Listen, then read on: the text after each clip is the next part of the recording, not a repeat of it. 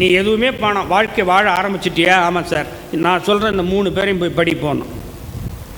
யாமறிந்த புலவரிலே கம்பனை போல் வள்ளுவன் போல் இளங்கோவை போல் பூமிதனில் யாங்கனுமே பிறந்ததில்லை. ஒரு ஆள் பக்கன உண்மை, வெறும் புகழ்ச்சி இல்லை. நான் நினைத்து பார்த்தேன், எதுக்கு இந்த 3 பேரையும் படித்தாலே நம்முடைய வாழ்க்கையை அவ்வளோ சரி போதுட்டான், நீ வேற எதுவும் படிக்காத, 3 பேர் படி, கம்பனை படி. நான் நினைத்து பார்த்தேன்,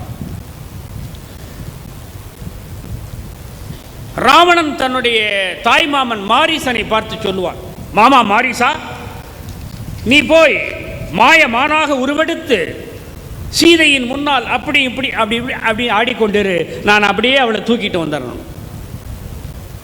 உடனே மாரீசன் சொல்லுவான், ராவணா, இது நம் குலத்திற்கு இழுக்கு, நீ செய்த சிவ தவத்திற்கு இழுக்கு, இலங்கையினுடைய மிகப்பெரிய ராஜா அப்படிலாம் செய்யக்கூடாதுப்பா அப்படின்னு நான் சொல்றேன். போன் வேண்டாம். உடனே ராவணனுக்கு கோபம் வந்து விடுகிறது. உன்னிடம் என்னிடம் காட்டிட வந்தாய், நடடங்கந்தனரனுக்கு நீ பயந்து நான் வரமாட்டேன் என்று மூரண்டு நீ பேசுராய் மூர்க்கனே, கரத்தில் இருக்கும் வாட்கத்தினால் உன்னை சிரத்தை கொய்திடுவன் சிந்தை கலங்கிய கேவலமாமிக ராவணன் என்பது நீ வரங்கஞ்சுரங் அப்பாவி மனைவியை இச்சனம் கொண்டான் சித்திரவதை பண்ணிடுவேன். கை தட்டலாம்.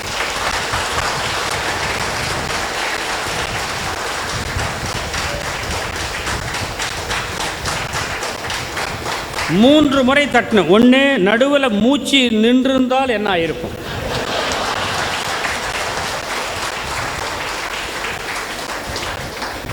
பரவாயில்ல, வீட்டிலேயே அவங்களே ஆயிட்டு வந்துட்டேன், அதனாலும் சொல்கிறேன். இரண்டாவது, நடுவில் மறந்து போயிருந்தேன்னு வச்சுங்க வரி. மூன்றாவது, நான் அப்படி என்ன ஒன்று 6 பேர் எழுந்தாலும் அப்படியே உட்காந்துட்டேன். பயந்து ஐயோ என்னாச்சுன்னு நான் பேசின பிறகுதான் வெளியில் போனேன். அந்த 6 பேரும் அப்படியே உட்கார்ந்த ஆளுங்க. ஆகையினால்தான் நான் 3 முறை உங்களை கைத்தட்ட சொன்னேன். எனவே பாரதி நேசிக்கிறான், கம்பன் எழுதியதை நேசிக்கிறான், கம்பனை படித்தவன் மிகப்பெரியவனாக ஆகிறான். எனவே கம்பனை படி என்று அவன் சொல்றான். யாமறிந்த புலவரிலே கம்பனை போல். அடுத்து வள்ளுவன் போல். உட்கார்ந்துருக்கிற பல பேர் வீட்லையும் பார்த்தீங்கன்னா ஒரு மஞ்சள் பத்திரிக்கை இருக்கும், அன்னைக்கே மஞ்சளை கொடுத்துட்றான்.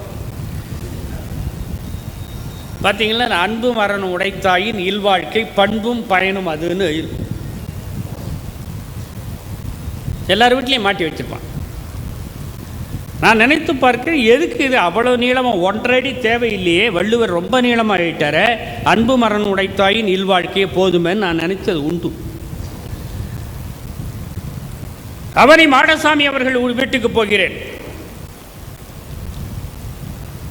அவர் வீட்டுக்கு போகல, அவர் கல்யாணம் ஆகலன்ட்டு அவங்க போகல. நான் வந்தேன், வேற ஒருத்தர் வீட்டுக்கு வந்தேன், இப்படி வந்துட்டேன். நான் திருப்பூரிலே வேறொரு திருமணத்திற்கு முடித்து விட்டு ஒரு வீட்டுக்கு போகிறேன். போன உடனே அவர் வணக்கம் சொல்கிறேன், வணக்கம்ன்றார். அவர் சொல்லுவார், என்னுடைய மனைவி, என்னுடைய மகன் இன்ஜினியர், என்னுடைய மகள் பெரிய பேராசிரியராக இருக்கிறாள். அந்த வீடை பார்க்குற ரொம்ப பெருமையாக இருக்கிறது. அப்படியே நல்ல மனைவி, நல்ல மகன், நல்ல மகள், அடடா என்ன ஒரு அற்புதமாக இருக்கிறதே இவருடைய வாழ்க்கை என்று திரும்பி பார்க்கிறேன். நாங்கள் ரொம்ப அற்புதமாக இருக்கு. அன்பு மரணம் உடைத்தாயின் இல்வாழ்க்கை. அடடா, பாரதி சொன்னான் இல்லையா வள்ளுவரை படின்னு, வள்ளுவர் ரொம்ப அழகாக சொல்லியிருக்கான்னு நினைத்து கொண்டு வரேன் சார்னு காஃபியை குடிச்சிட்டு இறங்கி வருகிறேன். இறங்கி வந்து பார்த்தா அந்த பக்கத்தில் ஒரு குடிசையெல்லாம் 4-5 இருக்குது. அப்படி போன உடனே திடீர்னு ஒரு சவுண்டு, ஏய்ன்றான். உடனே அவன் ஒய்ஃப் வந்து ஏய்ன்றான். ஒருத்தர் 2 பேர் ஏய்ன்றான். அடே என்றான். என்றான். போடான்றாவே போடான்றான். உடனே அவனுடைய பையன் நடுவில் வந்த 2 பேரும் சாவடிச்சுனா சொல்லிட்டு இப்படின்னா பயந்து போய் பார்க்குறேன். அவன் வீட்லேயும் அந்த பத்திரிகை இருக்கிறது. நான் நினைக்கிறேன், அன்பும் அறனும் உடைத்தாயின் இல் வாழ்க்கை.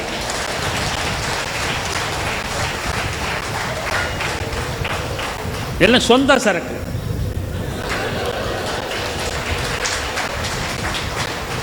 திருப்பூரிலே பெரியவருடைய வீட்டிலே பார்க்கிற பொழுது அங்கேயும் சரியாக இருக்கிறது. அன்பு மரணம் உடைத்தாயின் இல்வாழ்க்கை. அங்கே அன்பு இருக்கிறது, அரண் இருக்கிறது. போகும்போது எனக்கு ஒரு வெள்ளை சட்டையை கொடுத்து அனுப்புகிறார். எனவே அங்கே அன்பும் அரணும் உடைத்தாயின் இல்வாழ்க்கை என்று இருக்கிறது. வள்ளுவனை கும்பிட்டேன். நான் வெளியில் வருகிற போது இங்கேயும் அப்படின்னா அவன் 2 பேரும் சாவடிச்சுடுவான். அங்கேயும் பத்திரிகையில் பார்த்த அங்கே அன்பும் அரணும் உடைக்கப்பட்டு விட்டதனாலே வாழ்க்கை இல்லாமல் போய்விட்டது. அன்பும் அரணும் உடைத்தாயின் வாழ்க்கை. எனவே நான் பாரதியை நேசிக்கிறேன். ஏன்னா வள்ளுவனை எனக்கு அடையாளம் காட்டினதுனால. இளங்கோவை போல் தான்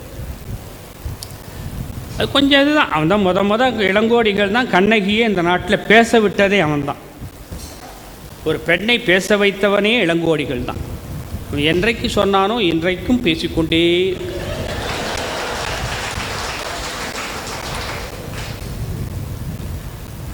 பாண்டியன் நெடுஞ்செழியன் அவையில் அப்படி பார்க்குறான். பாண்டியன் நெடுஞ்செழியன் அவன் ரொம்ப திமிரா இருப்பான் போல. அப்படி பார்த்தான். அவனி மாடசாமி ஊர் அல்லவா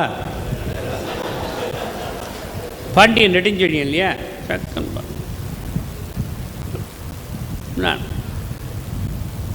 யார் இது? என்னுடைய நாட்டில் ஒரு பெண் அழுவது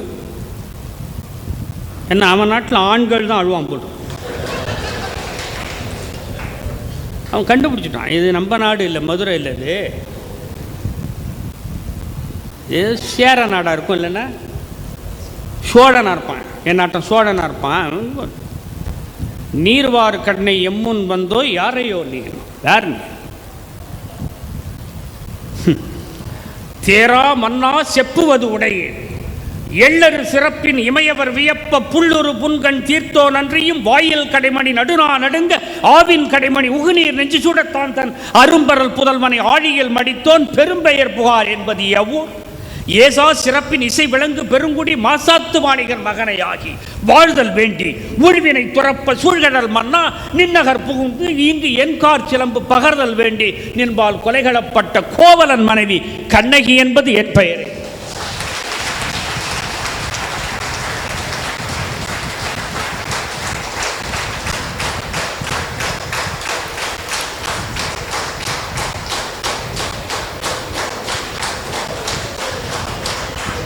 இது 2 அர்த்தம் இருக்கு. சீக்கிரம் முடி என்பதற்கும்